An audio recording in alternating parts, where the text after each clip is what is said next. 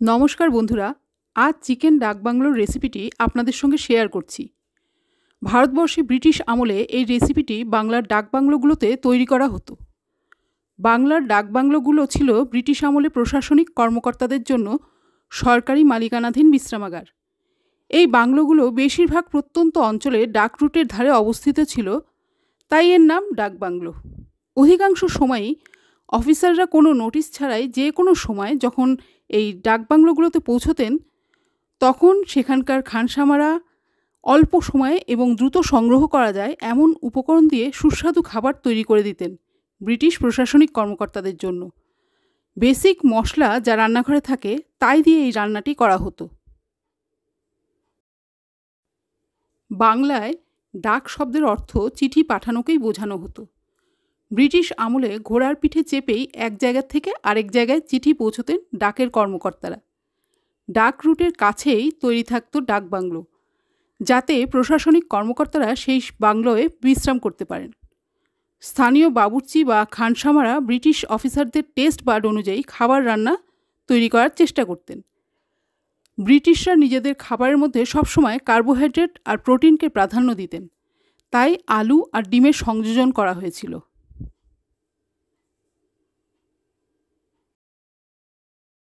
এবার কিছু আস্ত মশলা সেঁকে নেব, মানে হালকা গরম করে নেব, এরপরে এটা গুঁড়ো করে নেব।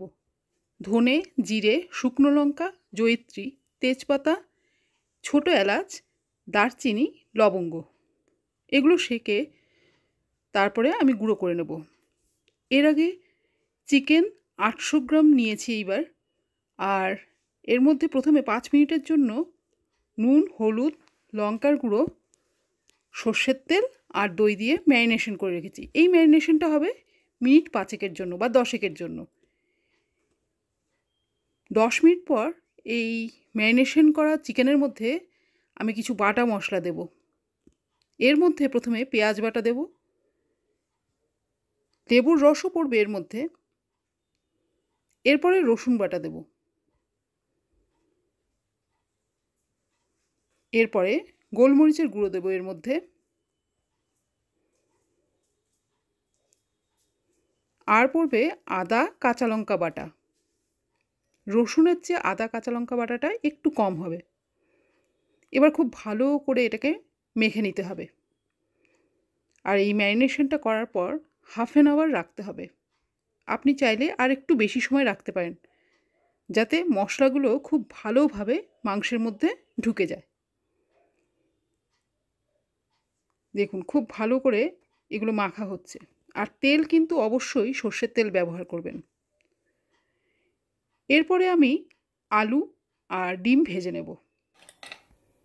একটা ফ্রাইং প্যানে সর্ষের তেল গরম করে নিয়েছি, এর মধ্যে 50% মতো সেদ্ধ করা আলু টুকরো করে নুন হলুদ মাখিয়ে ভেজে নিচ্ছি। আমি এখানে অল্প তেলে ভাজছি। সাধারণত খানসামারা ডুবো তেলে আলু ভাজতেন, ডিমও ভাজতেন একটু লালচে করে। যেহেতু আমরা বাড়িতে করছি এই রান্নাটা, সেহেতু আমরা একটু কম তেলেই রান্নাটা করছি, আর আমরা কোনো কিছু নষ্ট হতে দেবো না। এই তেলেই আমরা পরে মাংসগুলো ভেজে নেব। আলুটা আর ডিমটা ভালো করে ভেজে নিই। এই রান্নাটা বেসিক্যালি স্লো ফ্লেমে হয়। কাঠের উনুনে যত স্লো ফ্লেমে হয় তত রান্নাটার টেস্ট বেড়ে যায়। তা আমরা আজকে গ্যাসেই করছি, কিন্তু ছোট বার্নারে আঁচটা বাড়িয়ে বা কমিয়ে যখন যেটা প্রয়োজন সেইভাবেই রান্নাটা করব। দেখুন আলুগুলো ভাজা হয়ে এসছে। আমি আলুটা 50% মতো ভেজেছি, সেদ্ধ করেছি এই জন্য যে এরপরে কষানোর সময় এটা ভালো সেদ্ধ হয়ে যাবে। ডিম চাইলে আপনারা একটা বা দুটো বাড়িয়ে নিতে পারেন, কিন্তু যেই 800 গ্রাম মতো চিকেন আছে তার জন্য 2টো ডিমই যথেষ্ট। এরপরে ফ্রাইং প্যানে যে তেলটা থাকবে, সর্ষের তেল অবশিষ্ট, সেই অবশিষ্ট তেলে আমি মাংসটা ভেজে নেব। এই সময় হাই ফ্লেমে মাংস ভাজা হবে, তবে সবচেয়ে ছোট বার্নারে। সুতরাং হাই ফ্লেম হলেও সেটাকে আমরা ম্যানেজ করতে পারবো। দেখুন আমি মাংসগুলোকে মশলাটা ছাড়িয়ে দিয়েছি।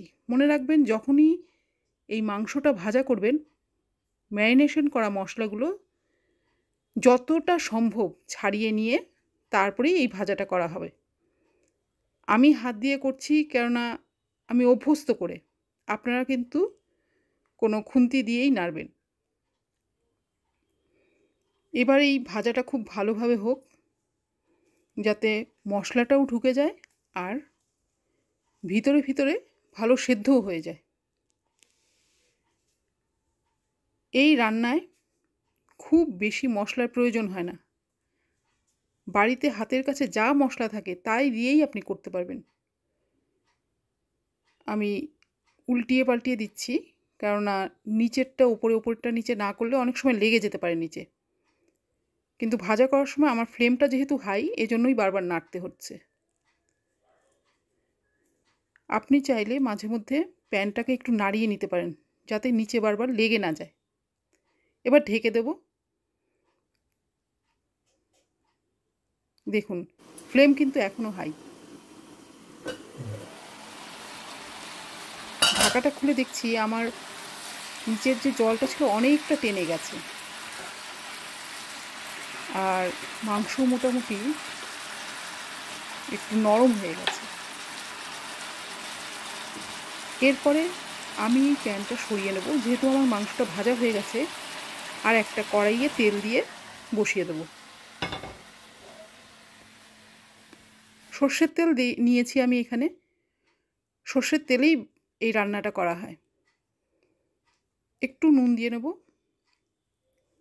সর্ষের তেলটা ভালোভাবে গরম হলে এর মধ্যে আমি পেঁয়াজ ভেজে নেব। পেঁয়াজটা বেরেস্তা তৈরি করব, করে কিছুটা সরিয়ে নেব প্লেটিংয়ের জন্য, বাকিটা আমি রান্নার কাজে ব্যবহার করব। আমি নুন দিয়ে দিলাম। ফ্লেমটা এখনও বাড়ানো, কিন্তু বার্নারটা ছোটো বার্নারেই রেখেছি আমি।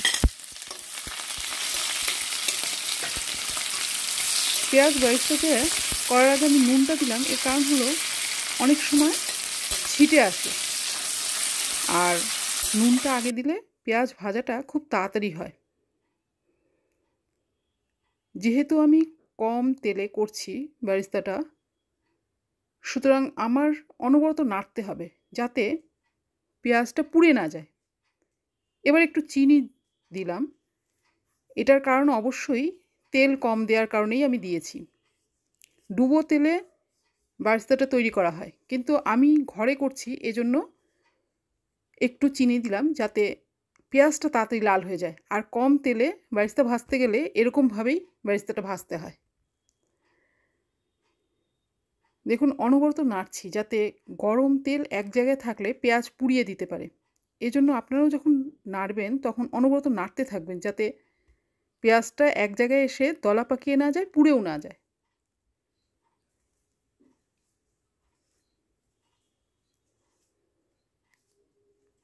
এইবার খুব ভালোভাবে পেঁয়াজটা নাড়তে নাড়তে আস্তে আস্তে পেঁয়াজটা লাল হয়ে যাচ্ছে। কিছুক্ষণ নাড়লাম, কিছুক্ষণ ছেড়ে রেখে দিলাম। এইভাবেই আমাদের পেঁয়াজটা লাল করে ভেজে নিতে হবে। তো মনে রাখবেন পেঁয়াজটা হালকা লাল হওয়ার সঙ্গে সঙ্গেই কিন্তু তুলে ফেলতে হবে, নয়তো পেঁয়াজ খুব তাড়াতাড়ি পুড়ে যায়। তখন নিতে নিতেই হয়তো পুরোটা পুড়ে গেল। তাই অনবরত নাড়বেন আর দেখবেন পেঁয়াজটা লালচে ভাব এসছে কিনা। আমার মনে হয় পেঁয়াজটা হয়ে গেছে। আমি এখন আস্তে আস্তে তুলে ফেলবো। তবে সবটা আমি তুলব না, কিছুটা আমি তুলব প্লেটিংয়ের জন্য, বাকিটা রেখে দেবো। পরবর্তী স্টেপের জন্য আমার কিছুটা পেঁয়াজ লাগবে। এর মধ্যে বাকি রসুন বাটাটা দিয়ে দিলাম। রসুন বাটা দেওয়ার পর 10 সেকেন্ড কষাবেন, যাতে রসুনের ওই কাঁচা গন্ধটা চলে যায়। এরপরে আদা কাঁচা লঙ্কা বাটা দেবো, সেটাও 10 সেকেন্ড মতো কষাতে হবে, কাঁচা গন্ধটা চলে যাওয়ার জন্য। আমি একটু নুন আগেই দিয়ে রেখেছি, সুতরাং রসুন বা আদা কোনোটাই ছিটে আসবে না। দেখুন আমি দিয়ে দিলাম। এরপরে 10 সেকেন্ড মতো কষাবো। এই রান্না যত কষানো হবে তত রান্নাটা খেতে ভালো হবে। এরপরে আমি কাঁচা ম্যারিনেশনটা যে রেখেছিলাম, এই ম্যারিনেশনটা মশলাটা আমি দিয়ে দেব। এই মশলাটা দেওয়ার পর খুব ভালোভাবে কষাতে হবে। একবার ফুটে উঠলে এরপরে আমি ঢেকে দেব, ঢেকে ঢেকে কষাবো। এই সময় ফ্লেমটা ফুটে ওঠার আগে অবধি হাই রাখবেন, আর যখন ফুটে উঠবে ঢাকা দেওয়ার পর মিডিয়াম টু লো ফ্লেমে রাখবেন, তবে কষানোটা খুব ভালো হবে। ফুটে উঠেছে, এরপরে আমি দিয়ে দেবো ঢাকাটা। কিছুক্ষণ পর দেখুন আমি ঢাকাটা খুলে দেখছি খুব ভালোভাবে কষানো হয়ে গেছে। সাইড দিয়ে দেখুন তেল ছাড়ছে আর খুব ভালো ঘন হয়ে গেছে। এর মধ্যে আমার মনে হয়েছে একটু হলুদ কম হয়েছে, তাই আমি একটু হলুদ দিলাম। আলুগুলো দিয়ে দিচ্ছি এই সময়। আলুগুলোর মধ্যে মশলাও ঢুকবে আর সেদ্ধও খুব ভালোভাবে হবে।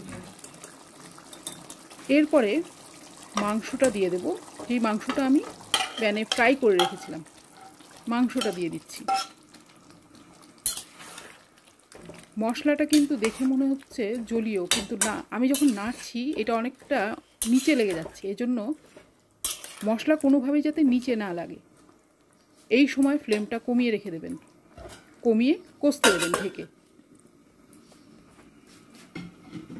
কিছুক্ষণ পর আমি আঁচটা বাড়িয়ে ঢাকাটা খুলে দিচ্ছি। দেখুন কষানোটা ভীষণ ভালো হচ্ছে, তেল ছেড়ে আসছে সাইড দিয়ে। এটাই এর লক্ষণ যে মাংস কষানো খুব ভালো হচ্ছে। অনবরত নাড়তে হবে যাতে মশলাগুলো লেগে না যায়, কেননা আমি এখনও এর মধ্যে জল দিইনি। জল যতক্ষণ না দিচ্ছেন নাড়তে থাকুন ভালোভাবে।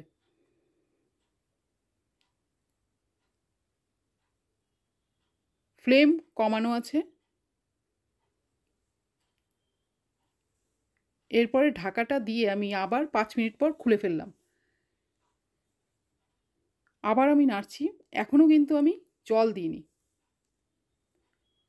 ভালোভাবে কষে গেলে এরপরে এর মধ্যে গরম জল দিতে হবে। আমরা যে মশলা গুঁড়ো করবো বলে রেখেছিলাম ফ্রাইং প্যানে, সেই মশলাটা ঠিক দেওয়ার আগ মুহূর্তে আমি গুঁড়ো করব। এখন মশলাটা দেওয়ার সময় হয়ে গেছে, আমি ততক্ষণে মশলাটা তৈরি করে নিচ্ছি। মশলাটা গুঁড়ো হয়ে গেছে দেখুন,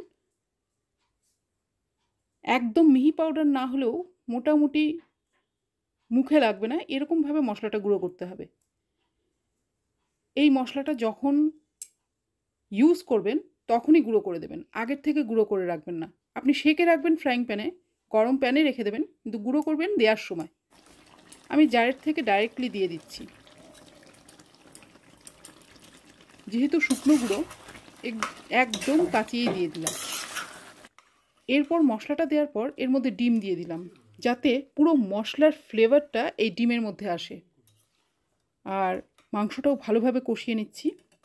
আঁচ কমিয়ে ঢেকে রেখে দিলাম কিছুক্ষণের জন্য, মিনিট 2-এর জন্য। এরপরে দেখুন ঢাকাটা খোলার পর কি মনে হচ্ছে, সাইডগুলো দেখুন রঙটা ভীষণ ভালো এসছে। ঠিক এই রং আসা চাই এই রান্নার মধ্যে। গরম জল দিয়ে দিলাম। এরপরে ভালোভাবে নেড়ে নেব, যাতে মশলা আর জল আর মাংস সমস্ত কিছু একসঙ্গে মিলে যায়। ঢাকাটা দিয়ে দিলাম। ঢাকা দেওয়ার 5 মিনিট পর আঁচটা বাড়িয়ে আমি খুলে দেখছি মশলাটা ভালোভাবে মিশে গেছে মাংসের সঙ্গে। এটা যে কেউ করতে পারবে, আপনারা বাড়িতে ট্রাই করবেন, ভালো লাগবে। বিশেষ করে এই মশলাটা দেওয়ার পর যত ঢেকে ঢেকে করবেন তত ফ্লেভারটাও ভালো আসবে আর টেস্টিও লাগবে খেতে। আমি দেখছি আলুগুলো সেদ্ধ হয়েছে কিনা, দেখুন পারফেক্টলি সেদ্ধ হয়ে গেছে, সুতরাং মাংসও খুব ভালোভাবে সেদ্ধ হয়ে গেছে। এরপরে আমি আবার ঢেকে দেব মিনিট 5-এর জন্য। আঁচ কমিয়ে মিনিট 5 বা 10-এর জন্য আপনারা ঢেকে রেখে দেবেন। রান্না আমার কমপ্লিট হয়ে গেছে। দেখে কি মনে হচ্ছে অবশ্যই বাড়িতে করতে পারবেন আপনারা, এই বিশ্বাস আমার আছে। এবার প্লেটিং করে নিই। প্লেটিং করার সময় আমি যে ভেজে রেখেছিলাম বেরেস্তাগুলো সেগুলো দিয়ে দিচ্ছি। আপনার বেরেস্তার পরিমাণটা আপনার মাংসের পরিমাণের ওপর ডিপেন্ড করছে। যদি মাংস বেশি হয় পরিমাণটাও বাড়িয়ে দিতে পারেন। এই পর্যন্ত ভিডিওটা দেখে কীরকম লাগলো? আশা করছি প্রত্যেকেই এই নববর্ষে বাড়িতে এটা করবেন। আজ তবে এই পর্যন্তই থাক। পরবর্তীতে আবার দেখা হবে নতুন কোনো ভিডিও নিয়ে। আর শুভ নববর্ষের শুভেচ্ছা প্রণাম আপনাদের জন্য রইল, ছোটদের জন্য রইল স্নেহ ভালোবাসা। ধন্যবাদ।